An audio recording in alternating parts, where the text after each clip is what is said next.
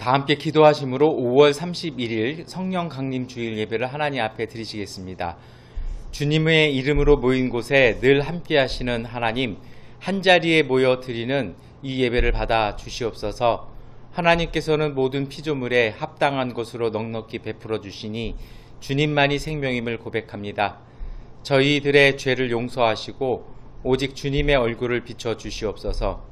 이 시간 흩어져 예배를 드리는 주님의 몸된 교회들이 있습니다. 그리스도의 마음으로 복음을 전하는 곳곳을 기억하게 하여 주옵소서. 거친 땅을 일구어 알곡을 기다리고 풍랑 이는 바다를 접하는 농어촌의 현장에서 메마른 도시에서 분주하게 움직이며 사람 사는 세상을 만들어가는 도시 한복판에서 교회를 섬기는 기쁨과 눈물, 헌신과 순종을 기억해 주옵소서.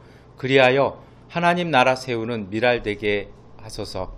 오순절 다락방의 성령님을 기다리며 예수 그리스도의 이름으로 기도드립니다. 아멘. 나는 전능하신 아버지 하나님 천지의 창조주를 믿습니다. 나는 그의 유일하신 아들 우리 주 예수 그리스도를 믿습니다. 그는 성령으로 잉태되어 동정녀 마리아에게서 나시고 본디오 빌라도에게 고난을 받아 십자가에 못 박혀 죽으시고 장사된 지 사흘 만에 죽은 자 가운데서 다시 살아나셨으며 하늘에 오르시어 전능하신 아버지 하나님 우편에 앉아 계시다가 거기로부터 살아있는 자와 죽은 자를 심판하러 오십니다. 나는 성령을 믿으며 거룩한 공교회와 성도의 교제와 죄를 용서받는 것과 몸의 부활과 영생을 믿습니다. 아멘. 주님의 성령 지금 이곳에 임하소서.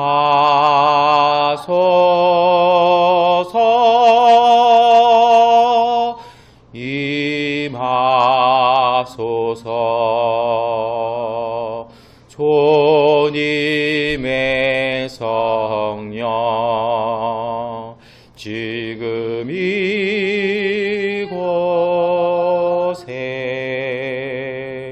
임하소서.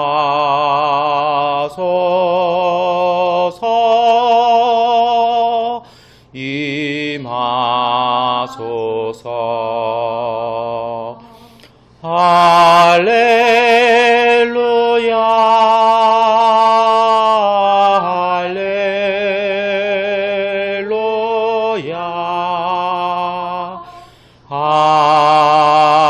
할렐루야, 할렐루야,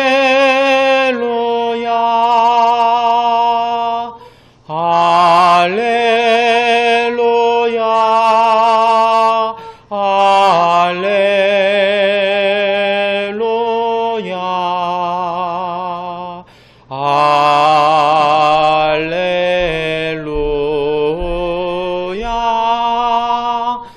할렐루야, 할렐루야.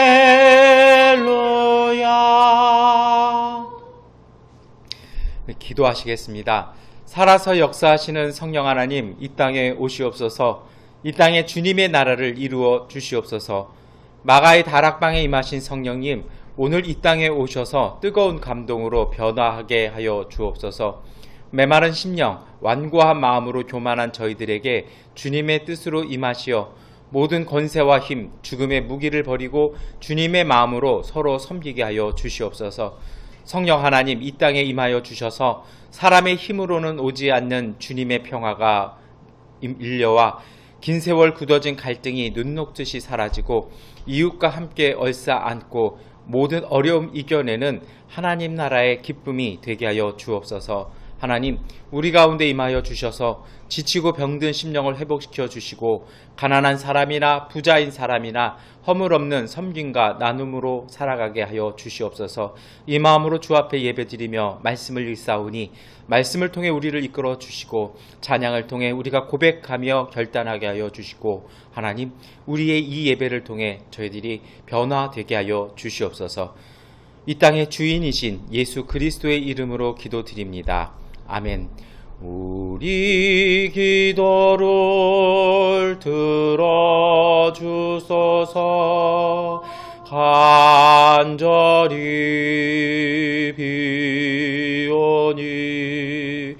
우리 기도를 들어주소서. 응답해 주소서.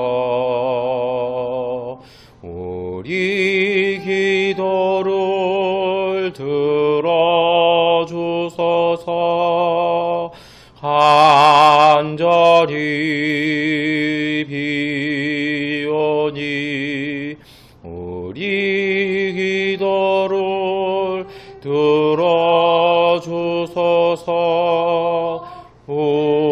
응답해 주소서. 아멘. 구약성서의 말씀을 봉독해 드리겠습니다. 구약성서의 말씀은 시편 104편 24절부터 35절까지의 말씀입니다. 시편 104편 24절부터 35절까지의 말씀을 세번역본으로 봉독해 드리겠습니다. 주님께서 손수 만드신 것이 어찌 이리도 많습니까? 이 모든 것을 주님께로 지혜로 만드셨으니 땅에는 주님이 지으신 것으로 가득합니다. 저 크고 넓은 바다에는 크고 작은 고기들이 헤아릴 수 없이 우글거립니다. 물 위로는 배들도 오가며 주님이 지으신 리워 야단도 그 속에서 놉니다. 이 모든 피조물이 주님만 바라보며 때를 따라서 먹이 주시기를 기다립니다. 주님께서 그들에게 먹이를 주시면 그들은 받아 먹고 주님께서 손을 펴 먹을 것을 주시면 그들은 만족해 합니다. 그러나 주님께서 얼굴을 숨기시면 그들은 떨면서 두려워하고 주님께서 호흡을 거두어 들이시면 그들은 죽어서 본래의 흙으로 돌아갑니다. 주님께서 주님의 영을 불어 넣으시면 그들이 다시 창조됩니다. 주님께서는 땅의 모습을 다시 새롭게 하십니다. 주님의 영광은 영원하여라. 주님은 친히 행하신 일로 기뻐하신다. 주님이 굽어 보기만 하셔도 땅은 떨고 주님이 산에 닿기만 하셔도 산이 연기를 뿜는다. 내가 살아있는 동안 나는 주님을 노래할 것이다. 숨을 거두는 그때까지 나의 하나님께 노래할 것이다. 내 묵상을 주님이 기꺼이 받아 주시면 좋으련만 그러면 나는 주님의 품 안에서 즐겁기만 할 것이다. 죄인들아 이 땅에서 사라져라. 악인들아 너희도 영원히 사라져라. 내 영혼아 주님을 찬송하여라. 할렐루야. 아멘. 찬송가 64장을 찬송하시겠습니다. 찬송가 64장입니다. 기뻐하며 경배하세 영광의 주 하나님. 주 앞에서 우리 마음 피어나는 꽃 같아 죄와 슬픔 사라지고 의심 고름 거치니 변함없는 기쁨의 주 밝은 빛을 주셨네. 땅과 하늘 만물들이 주의 솜씨 빛내고 별과 천사 노랫소리 끊임없이 드높과 물과 숲과 산과 골짜 빈들이나 바다나 모든 만물 주의 사랑 기뻐 찬양하여라. 우리 주는 사랑이요 목의 근원 되시니 한세분 됨이 되어 영광처럼 넘치네. 아버지의 사랑 안에 우리 모두 형제니 서로 사랑하게 도와주시옵소서. 새벽별의 노래 따라 힘찬 찬송 부르니 주의 사랑 줄이 되어 한맘 되게 하시네. 노래하며 행진하여 싸움에서 이기고 승전가를 높이 불러 주께 영광 돌리세. 아멘. 사도행전 2장 1절부터 22절까지의 말씀을 봉독하겠습니다. 사도행전 2장 1절부터 22절까지의 말씀입니다. 오순절이 되어서 그들은 모두 한 곳에 모여 있었다. 그때 갑자기 하늘에서 세찬 바람이 부는 듯한 소리가 나더니 그들이 앉아 있는 온 집안을 가득 채웠다. 그리고 불길이 솟아오를 때 혓바닥처럼 갈라지는 것 같은 혀들이 그들에게 나타나더니 각 사람 위에 내려 앉았다. 그들은 모두 성령으로 충만하게 되어서 성령이 시키시는 대로 각각 방언으로 말하기 시작하였다. 예루살렘에는 경건한 유대 사람이 세계 각국에서 와서 살고 있었다. 그런데 이런 말소리가 나니 많은 사람이 모여와서 각각 자기네 지방말로 제자들이 말하는 것을 듣고서 어리둥절하였다. 그들은 놀라 신기하게 여기면서 말하였다. 보시오, 말하고 있는 이 사람들은 모두 갈릴리 사람이 아니요. 그런데 우리 모두가 저마다 태어난 지방의 말로 듣고 있으니 어찌 된 일이요. 우리는 바데 사람과 메데 사람과 엘람 사람이고 메소포타미아와 유대와 갑바도기아와 본도와 아시아와 부르기아와 밤빌리아와 이집트와 구레네 근처 리비아의 여러 지역에 사는 사람이고 또 나그네로 머물고 있는 로마 사람과 유대 사람과 유대교에 개종한 사람과 크레타 사람과 아라비아 사람인데 우리는 저들이 하나님의 큰 일들을 방언으로 말하는 것을 듣고 있어. 사람들은 모두 놀라 어쩔 줄 몰라서 이게 도대체 어찌 된 일이요 하면서 서로 말하였다. 그런데 더러는 조롱하면서 그들이 새 술에 취하였다 하고 말하는 사람도 있었다. 베드로가 11 사도와 함께 일어나서 목소리를 높여서 그들에게 엄숙하게 말하였다. 유대 사람들과 모든 예루살렘 주민 여러분, 이것을 아시기 바랍니다. 내 말에 귀를 기울이십시오. 지금은 아침 9시입니다. 그러나 이 사람들은 여러분이 생각하듯이 술에 취한 것이 아닙니다. 이 일은 하나님께서 예언자 요엘을 시켜서 말씀하신 대로 된 것입니다. 하나님께서 말씀하신다. 마지막 날에 나는 내 영을 모든 사람에게 부어주겠다.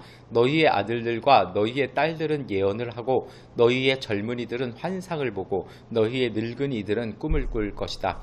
그날에 나는 내 영을 내 남종들과 내 여종들에게도 부어주겠으니 그들도 예언을 할 것이다.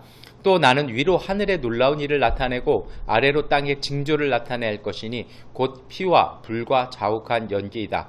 주님의 크고 영화로운 날이 오기 전에 해는 변해서 어두움이 되고 달은 변해서 피가 될 것이다.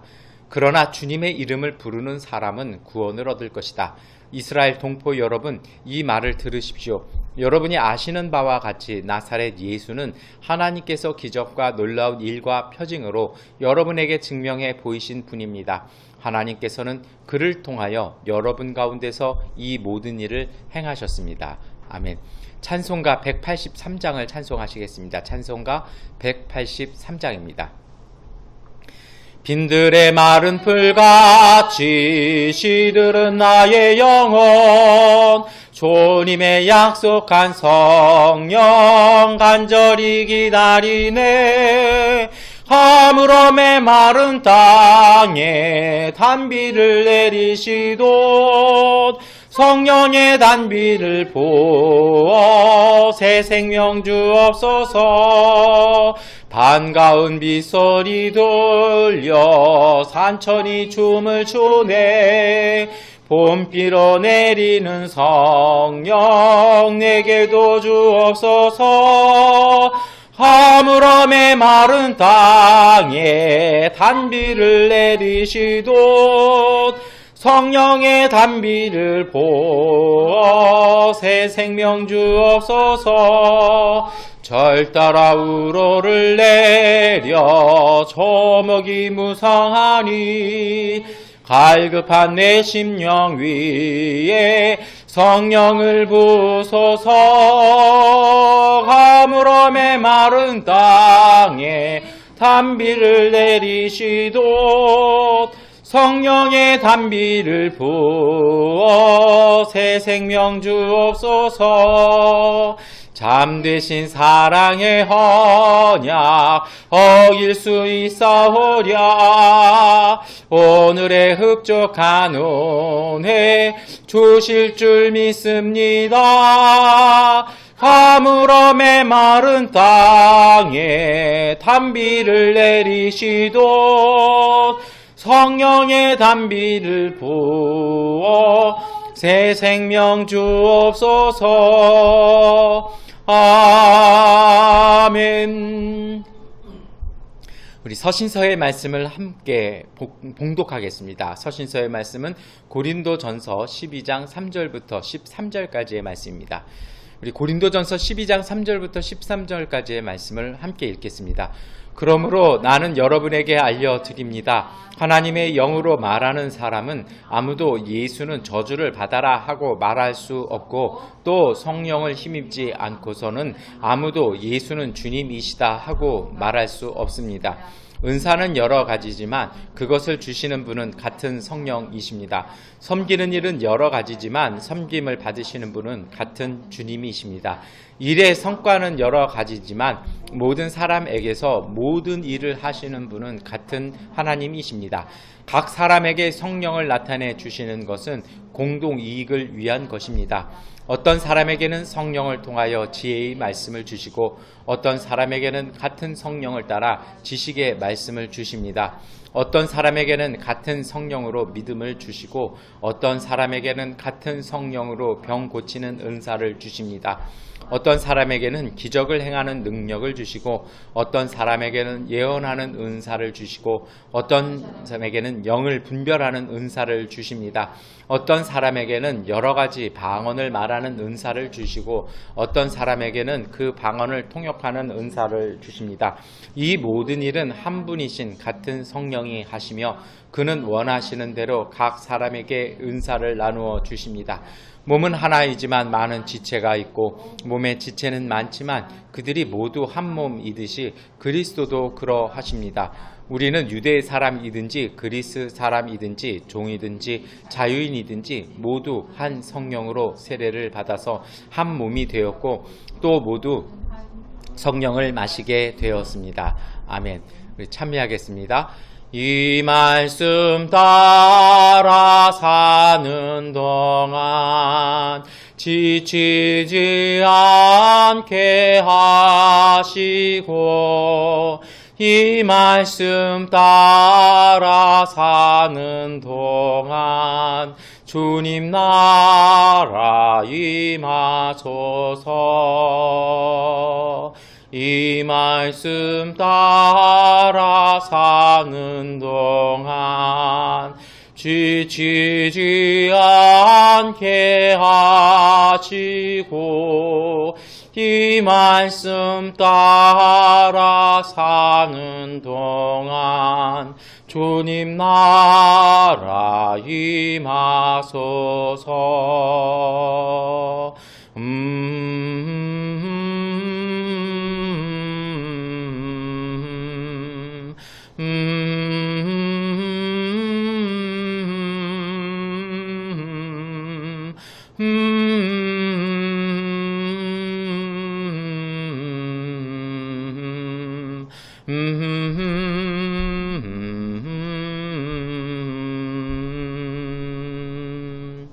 아멘. 우리 서로 함께 인사하시겠습니다. 사랑합니다. 축복합니다. 인사하시겠습니다.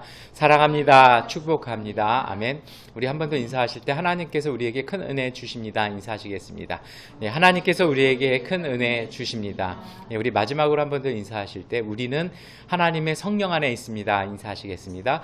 네, 우리는 하나님의 성령 안에 있습니다. 아멘. 오늘은 성령 강림 주일 예배로 드리고 있습니다. 여러분, 성령 강림 주일은 모든 교회의 생일이라고 이렇게 이야기할 수 있습니다. 주님의 약속대로 성령이 강림하셨고 그 성령이 이 땅에 우리 교회들을 태어나게 하신 것입니다. 그래서 주님의 교회는 자유와 평화 그리고 사랑의 공동체로서의 사명을 이 세상 가운데 살아가고 있는 것입니다. 근데 여러분, 한국 사회 속에서의 정말 성령이 임재하신 교회와 신앙에 대해서 과연 얼마만큼 좀 자신이 있을까요?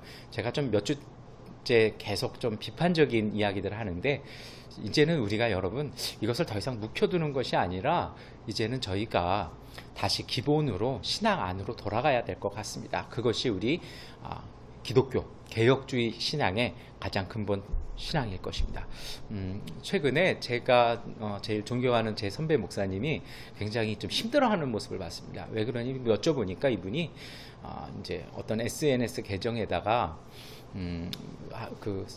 한국에서 참 명성이 높은 교회의 세습 이야기를 이렇게 쓰고서 뭔가 이건 좀 의구심이 있지 않냐라고 했더니, 그것을 그 교회에서 이제 약간 항의해서 그분의 글을 블라이딩 처리를 해버리고 SNS에서 이렇게 활동하시는 게 좀 어려움을 겪는 그런 얘기를 들었습니다. 그걸 들어보면서요, 조금 이건 아니지 않나라는 생각이 들었어요. 왜 그러냐면요, 교회는 감추는 곳이 아니고 교회는 은폐하는 곳이 아니라 교회는 드러내는 곳입니다. 예수님도 우리에게 소금과 빛대라고 말씀하시지 않으셨습니까? 그런데 이 소금과 빛은요, 감출 수가 없는 거죠. 그 짠맛은 감출 수 없지 않습니까? 그 빛은요, 정말 이게 감출 수가 없는 것이지 않습니까? 근데 왜 그렇게 교회는 이렇게 숨겨야 될 게 많고요.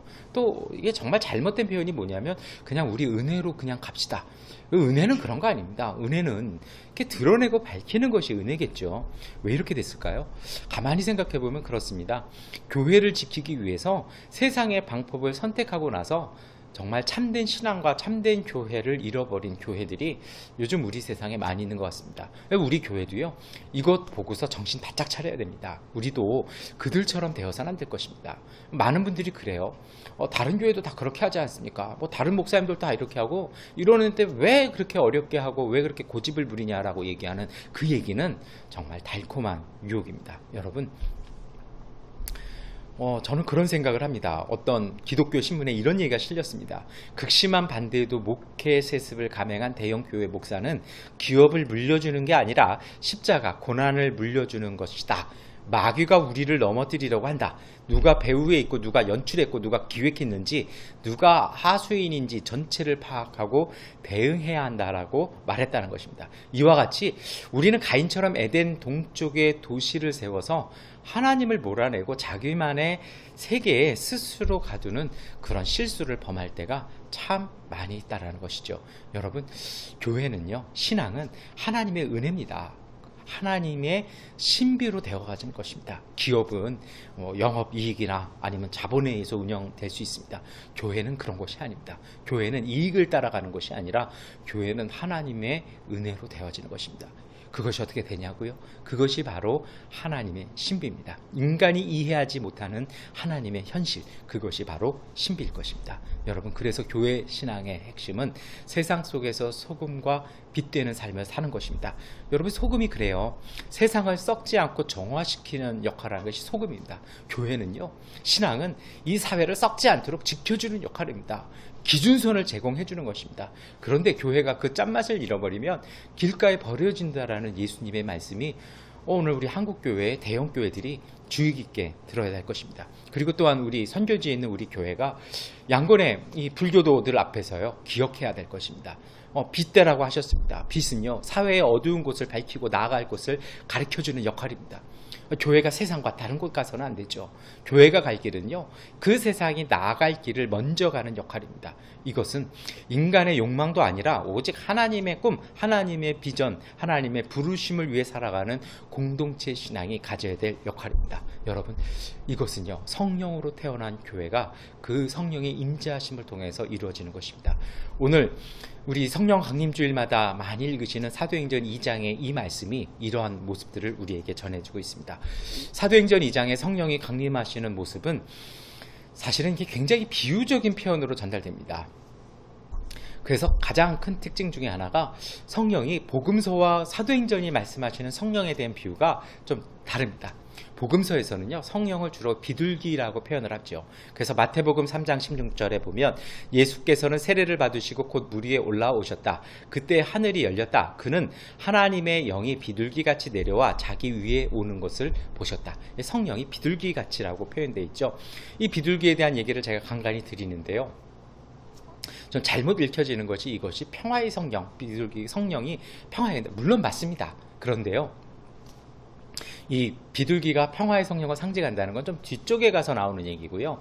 원칙적으로 비둘기는요, 좀 다른 것을 조금 이야기를 해줍니다. 근데 그것을 이해하셔야 왜 성령이 평화의 영인지를 알 수 있는 것이죠. 한국교회 오해지만 이 갖고 있는 상이 있죠. 잎을 물고 가는 비둘기상의 모습을 이렇게 하고 있습니다. 그래서 목회자들이 성의를 입고 이렇게 후드를 하면 거기에 보면 비둘기를 이렇게 해놓는 그런 교단들이 있습니다. 그래서 이 성사적인 비둘기의 의미는 조금 의미가 다를 수 있습니다. 이것이 가장 이런 의미를 갖게 된 건 창세기 8장 11절의 말씀 때문입니다. 그 비둘기는 저녁 때가 되어서 그에게로 되돌아왔는데 비둘기가 금방 딴 올리브 잎을 부리에 물고 있었으므로 노아는 땅 위에서 물이 빠진 것을 알았다. 이 노아의 홍수 사건 때문에 비둘기가 등장하게 된다라는 것입니다. 근데 이것이요, 평화라고 먼저 얘기하기 전에 조금 다른 의미가 있는데요. 어떤 것이냐면 이 비둘기, 특히 잎을 문 비둘기의 그 아이콘은요, 심판의 종결과 세상의 시작을 상징한다라는 것입니다. 여러분, 사실은 이것이 우리 성서가 말하는 평화의 본래적인 의미 중에 하나입니다. 이 평화, 샬롬이라는 것은요, 창조의 고백을 한다는 것입니다. 우리가 다시 하나님의 형상, 원죄 이전에 창조된 모습으로 또 회복한다라는 것이죠. 그래서 예수님의 세례 사건도요, 이런 것을 잘 담고 있습니다.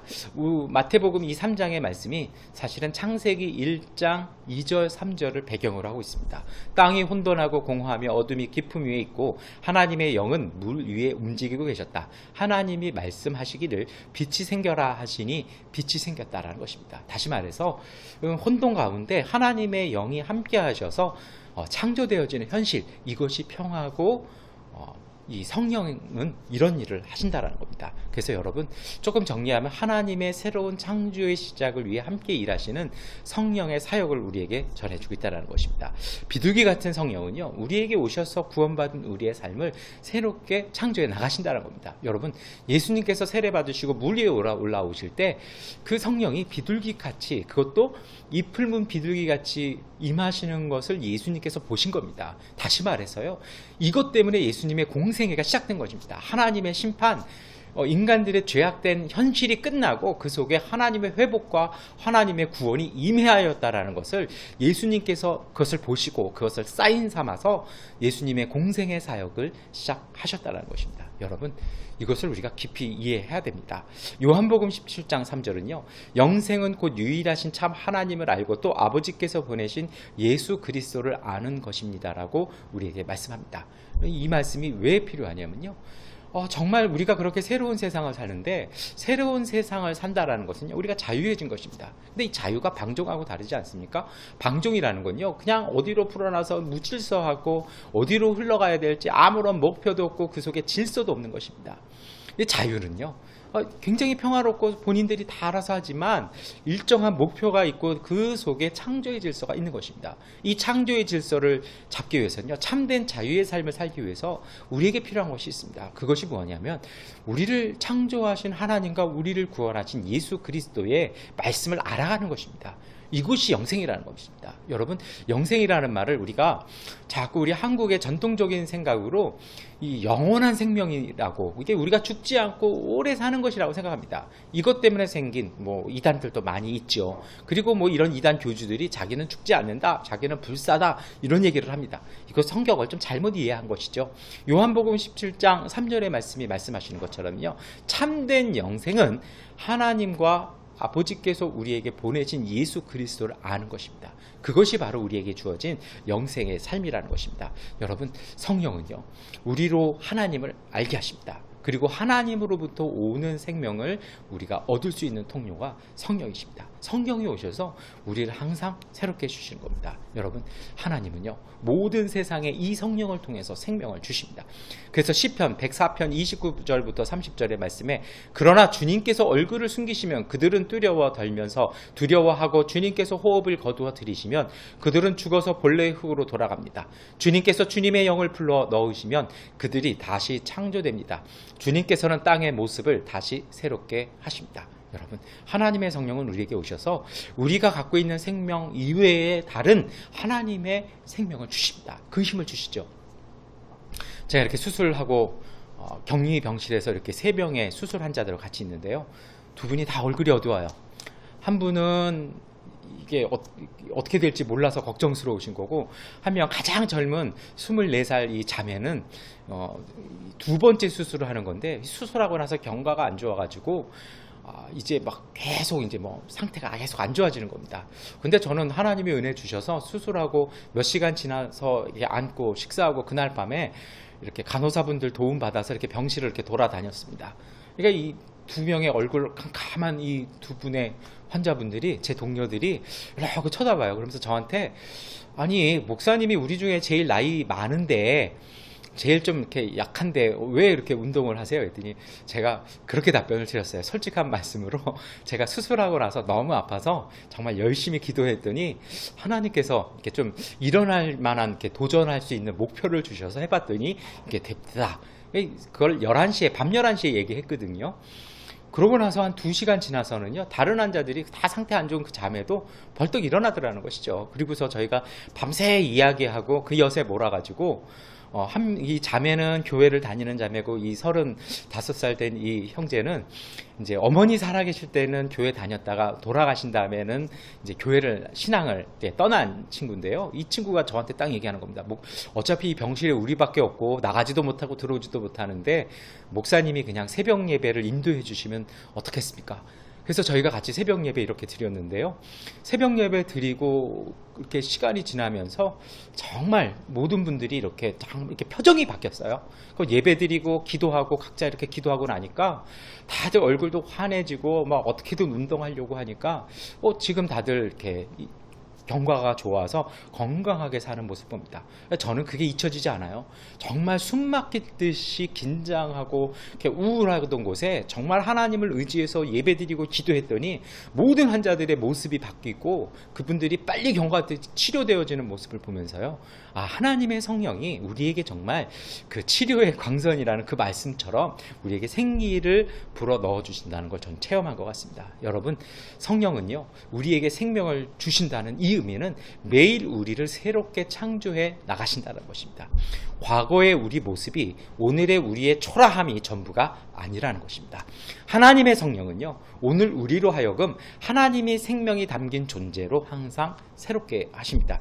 그래서 시편 59편 15절부터 16절 말씀에, 그들은 먹을 것을 찾아서 돌아다니다가 배를 채우지 못하면 밤새도록 으르렁거립니다. 그러나 나는 나의 힘이 되신 주님을 찬양하렵니다. 내가 재난을 당할 때 주님은 나의 요새, 나의 피난처가 되어 주시기에 아침마다 주님의 한결같은 사랑을 노래하렵니다. 여러분, 제가 병원에서 들은 얘기가 있습니다. 의사분들이 하는 얘기가요, 이 몸이 안 좋아지면 정신도 좀 어두워지지요. 근데요, 정신이 어두워지면요, 이 치료할 방법이 없다는 겁니다. 근데 본인이 이렇게 살려는 의지, 이 정신이 정말 하나님의 은혜로 강건하신 분들은 어떻게든 살아나신다라는 거죠. 저 관리해줬던 의료진이 저한테 해주신 얘기가, 신장 이식 수술했는데 맹장 수술한 것처럼 이렇게 가볍게 일어나서 되게 본인들도 기쁘다, 이런 말씀 주시는 것 같습니다. 여러분, 성령이 주시는 희망은요, 우리의 요새, 우리의 능력됩니다. 제가 병원에 누워 있으면서요, 수술 받고 꼼짝 못하고 있을 때 이거 아픈데 어떡할까, 저 그 생각 안 했던 것 같았어요. 그 생각하고 있으니까 한심해 보였습니다.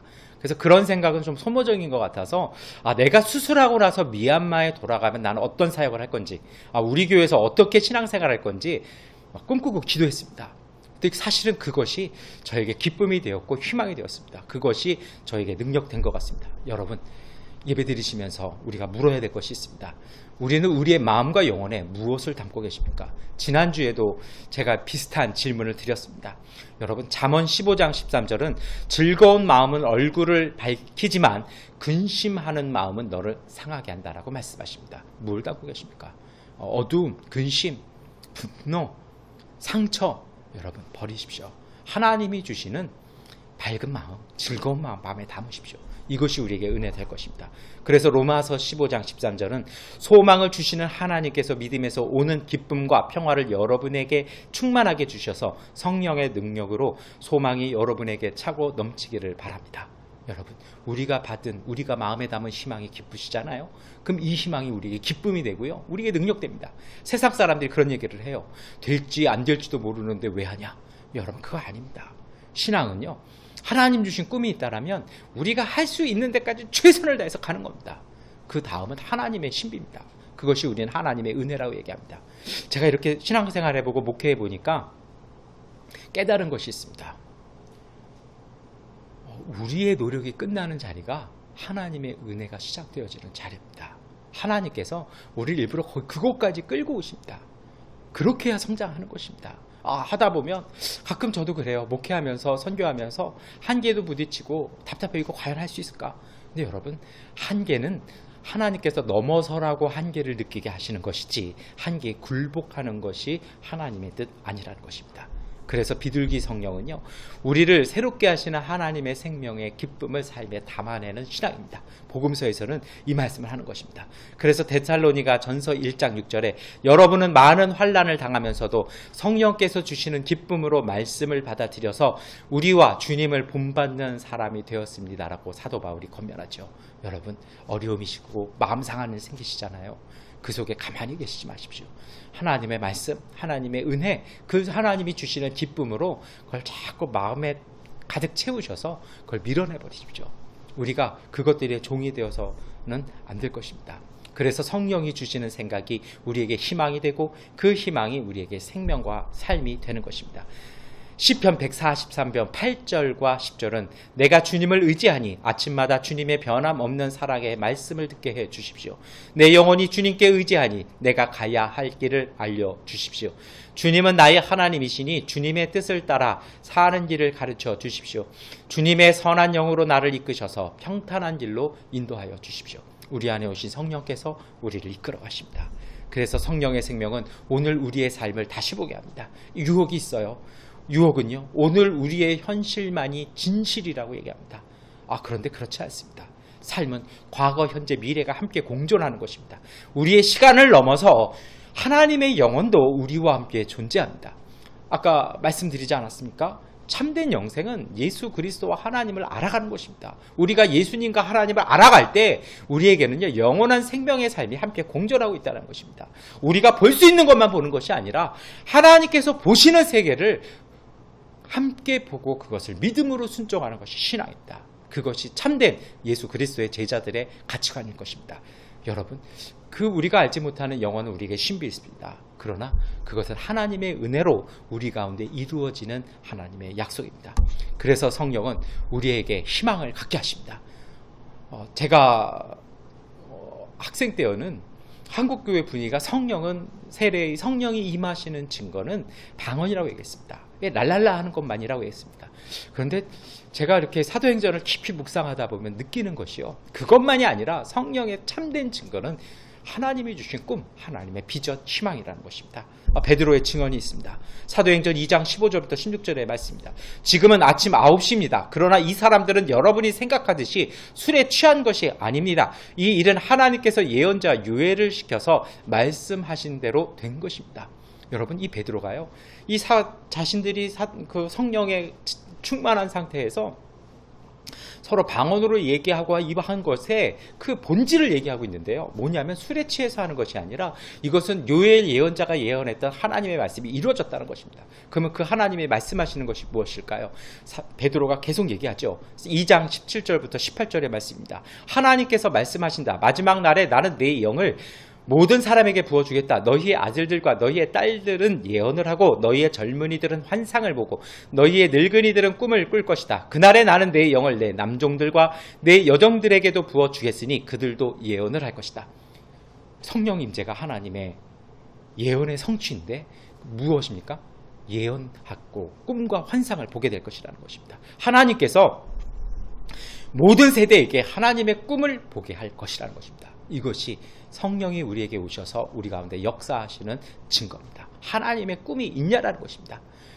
방언 기도 하시는 분들을 저는 많이 보았습니다. 저도 방언 기도를 귀한 하나님의 선물이라고 생각합니다. 근데 여러분, 이 방언 기도를 가지고 계속해서 세상적인 걸 구하는 것 뭐가 좀 맞지 않습니다.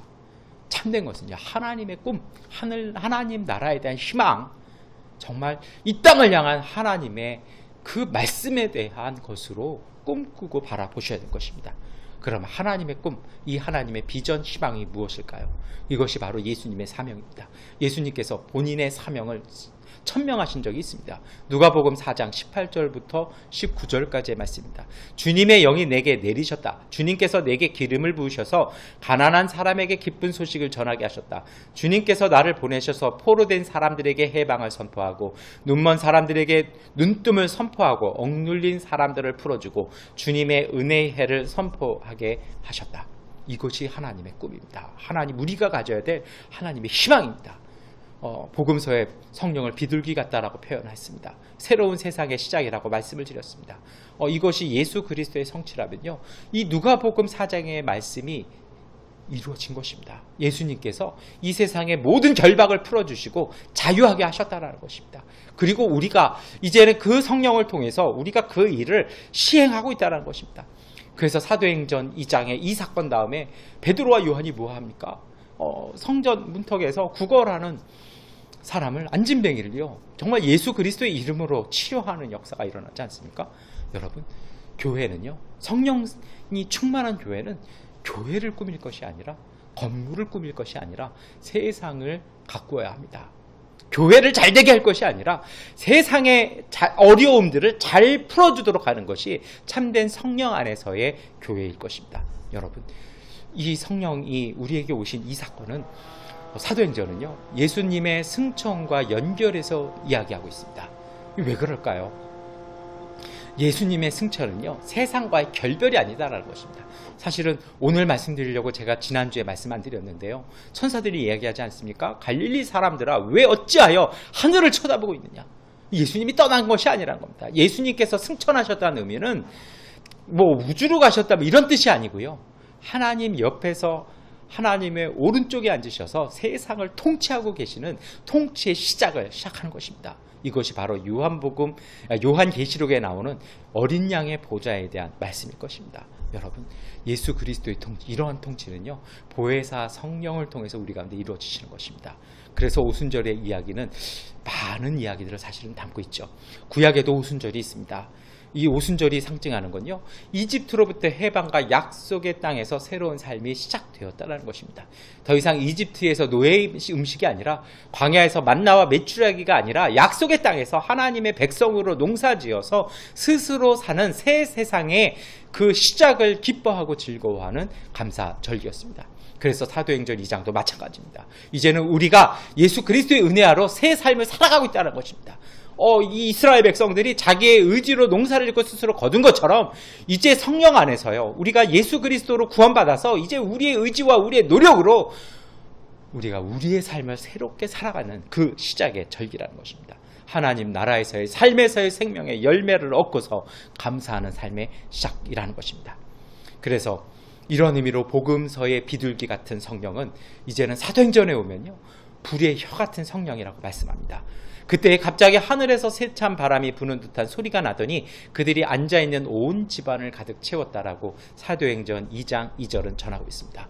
성령이 바람 같다라고 얘기하죠. 근데 이 바람이라는 말이 사실은요, 이 그리스어로 푸노라고 얘기합니다. 이 푸노라는 말이 그리스어에서는요, 이 영을 얘기하는 푸뉴마랑 연결되어 있습니다. 근데 이게 또 재밌는 것은 창세기에 가면 하나님의 창조의 숨결인 루하으라는 이 바람을 사실은 그리스어로 바꿔놨다는 것이죠. 이 창조의 바람이 어디에 임했습니까? 온 집안입니다. 이 집안이라는 말이 오이코스라는 단어입니다. 어떤 신약을 이렇게 공부하시는 분들의 일부 주장 중에 하나는 이 건물이, 이 집안, 이 오이코스라는 말이 집을 얘기하는 것이 아니라는 겁니다. 이 집은요, 건물 안에 같이 사는 사람이 아니라 생계의 수단을 함께하는 공동체의 단위라는 겁니다. 저는 해보지 못했습니다만 여러분 하숙집 옛날 하던 그 하숙을 생각해 보시면요, 그 하숙집 안에 많은 사람들이 살지 않습니까? 그들을 집안이라고 얘기하지 않죠. 이 집안이라는 말은 동사형이 다 비슷하게 생계수단을 같이 해서 같이 공동체 운명으로 묶여 있는 사람이라는 것이죠. 그래서 다윗의 집안이라는 말은 다윗처럼 하나님을 바라보고 하나님의 말씀에 충실한 삶을 살기로 한 가족들, 이것을 얘기한다라는 것입니다. 여러분, 그래서 교회는요, 예수님의 양식으로 살아가는 공동체입니다. 이 마가의 다락방을 어떤 학자들은 성전으로 이렇게 보시는 분들도 있습니다. 저는 이것이 상응한다고 봅니다. 성전에 모인 사람이 누구냐라는 겁니다. 하나님의 말씀으로, 세상이 아니라 하나님의 말씀을 따라 살겠다는 사람들이 모인 것이 바로 교회 가족이라는 것입니다. 그래서 히브리서 3장 6절은 그리스도는 하나님의 집을 맡은 아들로서 그와 같이 하셨으니 우리가 소망의 확신과 자랑을 끝까지 굳게 잡고 있으면 우리는 그의 집이라. 성령이 임하시는 자리는 그러한 사람들에게 임하신다는 것입니다. 여러분, 우리가 하나님의 성령을 기다리시고 하나님의 성령을 의지해서 성령님의 인도를 따라 가신다라면요, 이제는 우리의 양식이 바뀌는 겁니다. 세상의 것이 아니라 하나님의 은혜로 따라가는 것입니다. 가득 채웠다라는 말을 사실은 그리스어에서는 플레루라고 얘기합니다. 이것이 좀 의미가 틀려요. 영어로 번역하면 풀로 번역을 이렇게 합니다만 좀 의미가 영어하고 그리스어는 좀 많이 틀리죠. 이 그리스어의 플레오는요, 영향을 주었다는 것입니다. 여러분, 이 뜨거운 사우나에 이렇게 뜨거운 데 들어가 계시면 막 온몸이 후끈후끈 달아가지고 땀이 뻘뻘뻘 나시지 않습니까? 이것이 바로 플레오에 가득 채웠다는 얘기입니다. 또 어떤 의미가 있냐면요, 만족하게 수행했고 완성하고 공급했다는 겁니다. 다시 말해서요, 성령이 오셔서 그 온 집안에 하나님을 기다리고 예수 그리스도의 약속을 붙잡고 기도하는 사람들을 하나님께서 영향을 주신 겁니다. 그 사람들을 완성하셨고요, 그들에게 끊임없는 에너지를 공급하고 계시다라는 것입니다. 여러분, 이것이 바로 교회입니다. 그래서 예수님께서 이런 말씀을 하신 적이 있습니다. 에클레시아 오이코도메오, 이것이 마태복음 16장 18절 19절에 나오는 말씀입니다. 나는 너에게 말한다. 너는 베드로다. 나는 이 반석 위에다 내 교회를 세우겠다. 죽음의 문들이 그것을 이기지 못할 것이다. 내가 너에게 하늘나라의 열쇠를 주겠다. 내가 무엇이든지 땅에서 매면 하늘에서도 매일 것이요 땅에서 풀면 하늘에서도 풀릴 것이다. 교회를 세우겠다는 이 말씀이 바로 하나님, 예수님께서요, 집안을 건설해 나가겠다는 이 말씀이라는 것입니다. 이것이 바로 교회의 본질이고 교회의 능력입니다. 우리가요, 세상 일 때문에 전전긍긍하지 마십시오. 예수님의 약속이 있지 않습니까? 땅에서 풀면 하늘에서도 풀릴 것이다. 어려움도 있고요, 난관도 있습니다. 여러분, 좀 시선을 바꿔보십시오. 난관은요, 어려운 건요, 푸는 맛에 하는 겁니다. 힘든 건요, 극복하고 지나가는 맛에 하는 겁니다. 저도 수술하고 이렇게 운동을 하라고 자꾸 목사라고 그러니까 간호사분들이 자꾸 와서 더 운동을 시킵니다. 몸에다 몇 개 이렇게 달고요, 이렇게 링겔 스틱 이렇게 의지해가지고 가면요, 한 3걸음만 걸으면 식은땀이 줄줄줄 흐릅니다. 그때 제게 은혜가 되었던 찬양이 있습니다. 이 또한 지나가리라. 이 소진영 간사가 이렇게 찬양했던 그게 저한테 정말 은혜가 됐어요. 이것 또한 지나갈 거고 언젠간 내가 뛰지 않겠냐라는 것이죠. 여러분, 하나님의 성령 안에서 어렵다고 힘들다고 낙심된다고 가만히 계시지 마십시오. 그 다음을 하나님의 성령을 따라 여러분 보십시오. 성령님은 거기에 계십니다. 거기 가셔야 합니다. 그래서 여러분, 이 성령 충만함의 증거는 정확하게는요, 에클레시아 오이코 도메오입니다. 주님의 생명으로 살아가는 공동체입니다.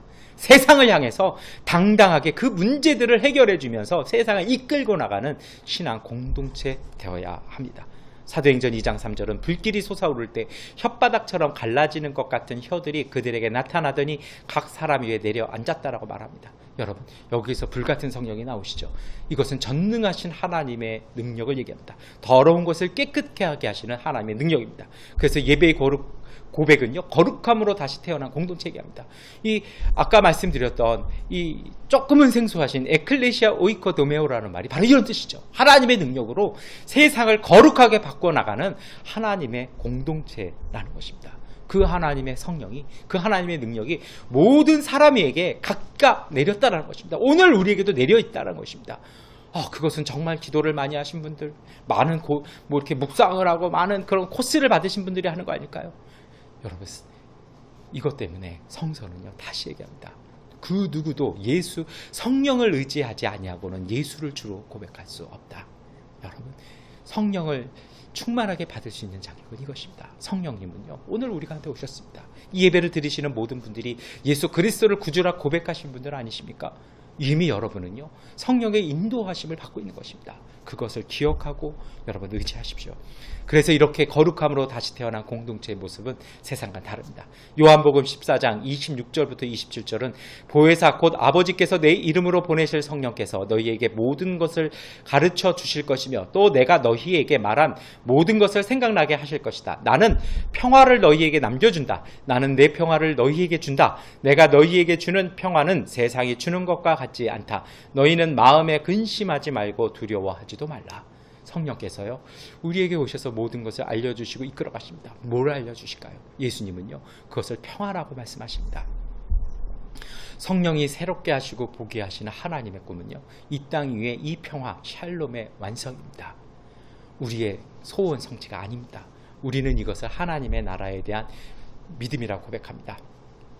회복과 샬롬은요, 평화를 추구하는 공동체입니다. 우리가 성령 받았다라면 평화를 위해서 일을 하셔야 됩니다. 회복과 이 샬롬이라는 하나님의 꿈을 공유하지 않는 거룩함과 의로움이란 것은요, 실상은요, 사람들 사이에서 내 자리를 지키기 위한 정치적 몸짓의 공산이 큽니다. 여러분, 정치하시는 분들 보세요. 가끔 신문 뉴스에 보면 재밌는 게 나옵니다. 이 당이, A라는 이 당이 8년 전에는 이렇게 말하는데 현재는 이렇게 말한다고 합니다. 시대를 따라 말하는 게 막 바뀌어요. 그것도 정반대로 바뀝니다. 여당이 되면 야당 때가 틀리다고 그러고요. 야당이 되면 여당 때 자기들이 했던 말이 또 틀리다고 얘기합니다. 회복과 샬롬을 꿈꾸고 고백한다는 것은 이런 것이 아니라는 것입니다. 여러분, 거룩이라는 경건한 이름을 붙였지만요, 이런 것들은 사실은 내 자리와 내 의도를 관철하려는 이기적인 욕망일 뿐이라는 것입니다. 이것을 우리는 위선이라고 얘기합니다. 그래서 예수님께서 바리새인들에게 주신 대표적인 이름이 이 위선자들아라고 말씀하신 내용이 바로 그것이라는 겁니다. 율법은 알아요. 하나님의 말씀은 압니다. 하나님의 능력도 압니다. 근데 그들의 삶이 이 평화와 샬롬을 꿈꾸지 않습니다. 이것은 아니라는 것입니다. 그러면 진정한 샬롬은 무엇일까요? 이것은 전쟁이나 폭력이 없는 상태를 말하는 것이 아닙니다. 이 성서가 말씀하시는 샬롬이란 뜻은요, 모든 존재가 보살핌을 받고 결핍이나 궁핍함이 없는 상태입니다. 왜 결핍이나 궁핍이 없을까요? 모두가 보살펴주기 때문이라는 것입니다. 성경에도 그런 말씀이 있죠. 이 가난은 세상 끝날까지 안 없어질 것이라는 겁니다. 하나님께서 이걸 왜 안 없애실까요? 전 그렇게 생각합니다. 없애실 필요가 없는 겁니다. 왜요? 가난이 없애기 위해서는요, 우리가 하나님의 보살핌을 받듯이 우리가 우리의 이웃을 보살펴 주는 것이기 때문입니다. 평화라는 말을 구약에서는 샬롬이지만 신약에서는 에이레네입니다. 이 에이레네라는 말을요, 왜 이 히브리어의 샬롬이라는 말 대신에 이 에이레네를 쓰냐면요, 함께하기, 온전하게 만들어주기, 이런 뜻이기 때문입니다. 이것이 평화다라는 것입니다. 어렵고 힘들지만 내 옆 사람을 온전하게 만들어줄 때 세상에 평화가 온다는 것입니다. 성령님이 우리에게 오셔서 그 일 하신다는 것입니다. 여러분, 참된 평화는 우연하게 생기지 않습니다. 이 평화는요, 이 샬롬은요, 정말 이 샬롬으로만한 이 변화의 필요를 깨닫고 수용하는, 받아들이는 소수의 사람들로부터 시작됩니다. 이 샬롬은요, 명사가 아니라 동사입니다. 실천하는 것입니다.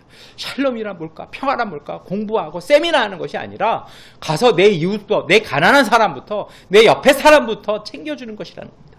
여러분, 평화는요, 자기 주변을 돌보고 섬기는 것에서 시작합니다.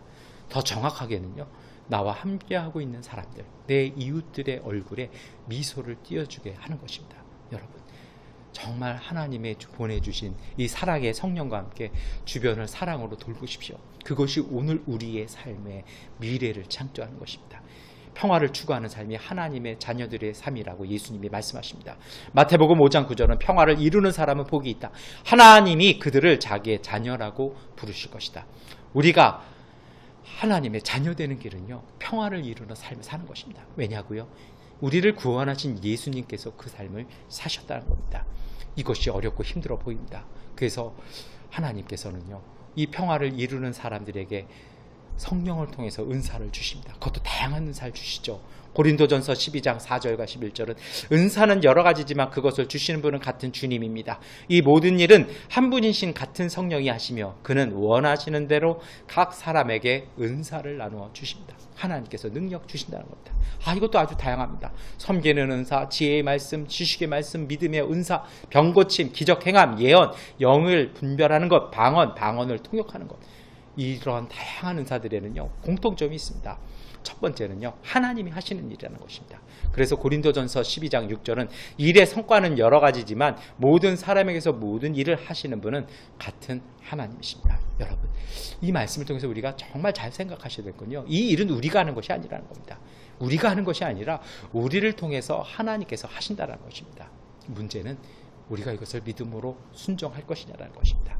그리고 이 일은요 개인의 유익을 아니라 공동체의 이익, 공동체의 평화를 위한 것이라는 것이죠.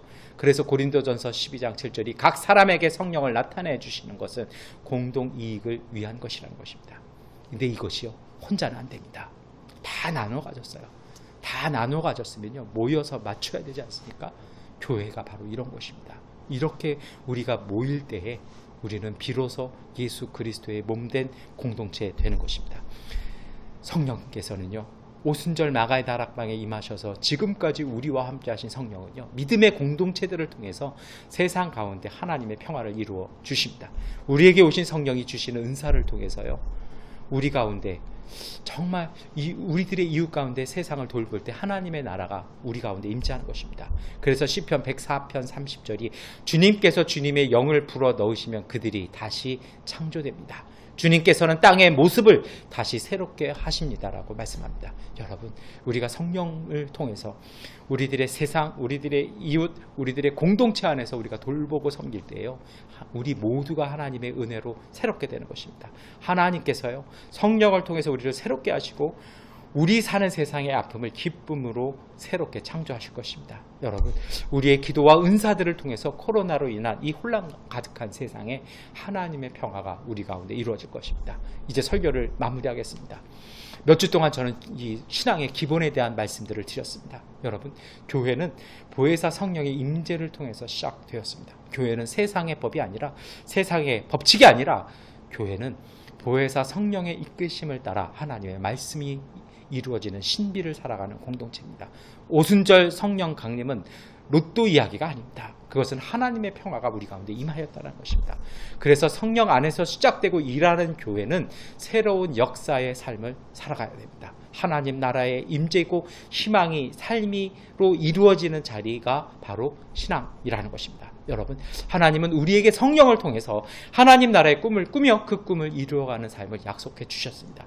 그래서 하나님의 성령은 우리에게 평화를 이루게 하시고 그 평화를 이루기 위해서 서로를 돌보고 섬기는 사랑의 공동체로 교회를 허락하셨습니다. 이것을 위해서 이제 우리는요 하나님의 은사를 다양하게 나누어 주시는 그 은사를 받아서 섬기고 돌봐야 됩니다. 가끔 이렇게 하다 보면 교회에 본인들의 이익을 위해서 오시는 분들을 많이 봤습니다. 사회적인 자기의 신분을 올리고 세상에서 대접받지 못하는 것을 교회에서 받으려는 분들도 있고요. 때로는 본인의 영업이나 본인들의 개인 사업을 위해서 오시는 분들도 봤습니다. 참 안타까운 분들입니다. 여러분, 저는 우리 교회가 이런 것보다는요 조금 더 거룩한 목표, 조금 더 온전한 희망을 가지고 교회 공동체가 되었으면 좋겠습니다. 거창한 얘기 빼놓고요, 지금까지 그리고 오늘 우리가 살고 있는 삶보다 조금 더 나은 삶을 만들어가기 위해서, 그것을 위해서 교회에 오셔서 함께 신앙생활 하셨으면 좋겠습니다. 많이들 그런 얘기 하시잖아요. 내 자녀에게는 이런 세상 물려주지 않겠다. 여러분, 그것이 바로 교회입니다. 그것을 위해서 기도하고 노력하고 힘쓰는 것이 바로 우리의 신앙인 것입니다. 여러분, 이것은 우리의 힘으로 하는 것이 아닙니다. 하나님이 주시는 능력, 하나님의 은사로 하는 것입니다. 은사 받았다는 것은요, 우리가 하나님의 통로 되었다는 것입니다. 우리는 실패하고 넘어지고 부족할 수 있지만 하나님은 실패하지 않으십니다. 하나님은 신실하신 그 하나님을 의지하시기 바랍니다. 참된 신앙과 교회, 이것은요 하나님과 하나님의 성령을 통해서 평화를 이루어 가시는 것입니다. 말씀드렸지만 여러분들의 이웃의 얼굴에 미소를 짓게 하십시오. 그곳에서 시작되는 것입니다. 하나님은 그 작은 미소를 통해서 여러분에게 하나님의 나라의 평화를 주시는 것입니다. 이 사례가요, 하나님의 말씀 들을 때 그가 웃지 않습니까? 비웃은 것이죠. 놀라운 것은요, 하나님이 그 비웃음을 행복한 웃음으로 바꿔주셨습니다. 이것이 평화입니다. 여러분, 이제 우리가요, 그렇게 했으면 좋겠습니다. 격려하시고 도우시고 함께 하십시오. 그리고 이 일을 위해서 우리의 이 마음과 우리의 삶 안에 하나님의 기쁨, 하나님의 은혜를 가득 담으시기를 축원합니다. 기도하시겠습니다. 하나님, 오순절 마가의 다락방에 임하신 성령께서 우리가 예배드리는 지금 이 방 안에 함께하여 주시옵소서. 우리에게 주시는 하나님의 은사들을 통해 평화를 허락하여 주시옵소서.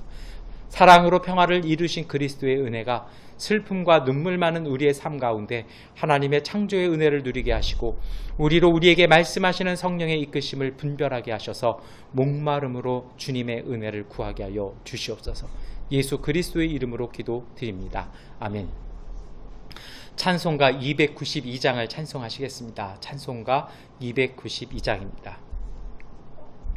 주 없이 살 수 없네 죄인의 구주여, 그 귀한 보배 피로 날 구속하셔서 구주의 사랑으로 굴리신 보혈이 내 소망 나의 위로 내 영광 됩니다.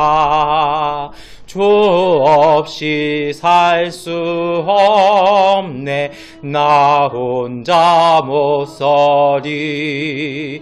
힘없고 부족하며 지혜도 없도다. 내 존은 나의 생명 또 나의 힘이라. 주님을 의지하여 지혜를 얻으리. 주 없이 살 수 없네 내 주 논하신다.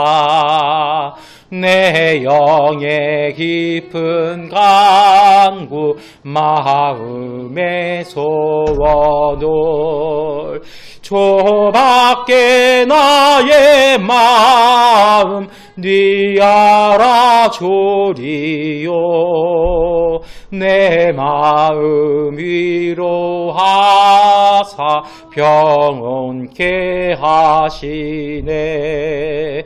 주 없이 살 수 없네 세월이 흐르고 이 깊은 고독 속에 내 생명 끝나도 사나운 풍랑일 때 날 지켜주시리. 내 곁에 계신 주님 늘 힘이 됩니다. 아멘. 네, 여러분, 우리가 코로나 사태 때문에 온라인 예배 이렇게 드리고 있는데요. 우리가 예배는 각자의 처소에서 이렇게 드리시지만 지난주에도 말씀드렸습니다만 그래도 한 주에 우리 2분 이상씩은 이렇게 전화나 카카오톡으로 이렇게 서로 인사하시고 또 이렇게 교제하셨으면 좋겠습니다. 그리고 많은 분들이 이렇게 이렇게 자꾸 물어봐 주시는 게 있어서 제가 부득이 말씀을 드립니다만 헌금을 어떡하냐고 자꾸 그러시는데요. 가정에 이렇게 잘 헌금을 이렇게 하나님 앞에 기도하시고 모아두셨다가 우리가 같이 공동체 예배 드릴 때에 하나님 앞에 이렇게 드리시는 걸로 하셨으면 좋겠습니다. 좀 마음에 부담되시는 분들은 우리 교회에 이렇게 방문하셔서 예배실에다 이렇게 헌금하셔도 되실 것 같습니다.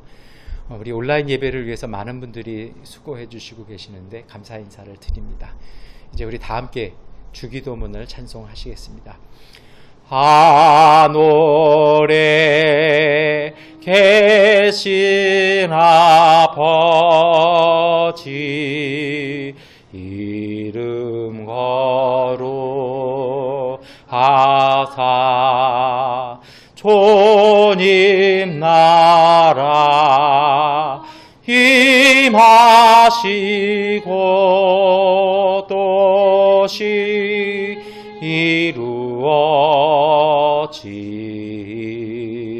이루어지다. 일용할 양식 주시고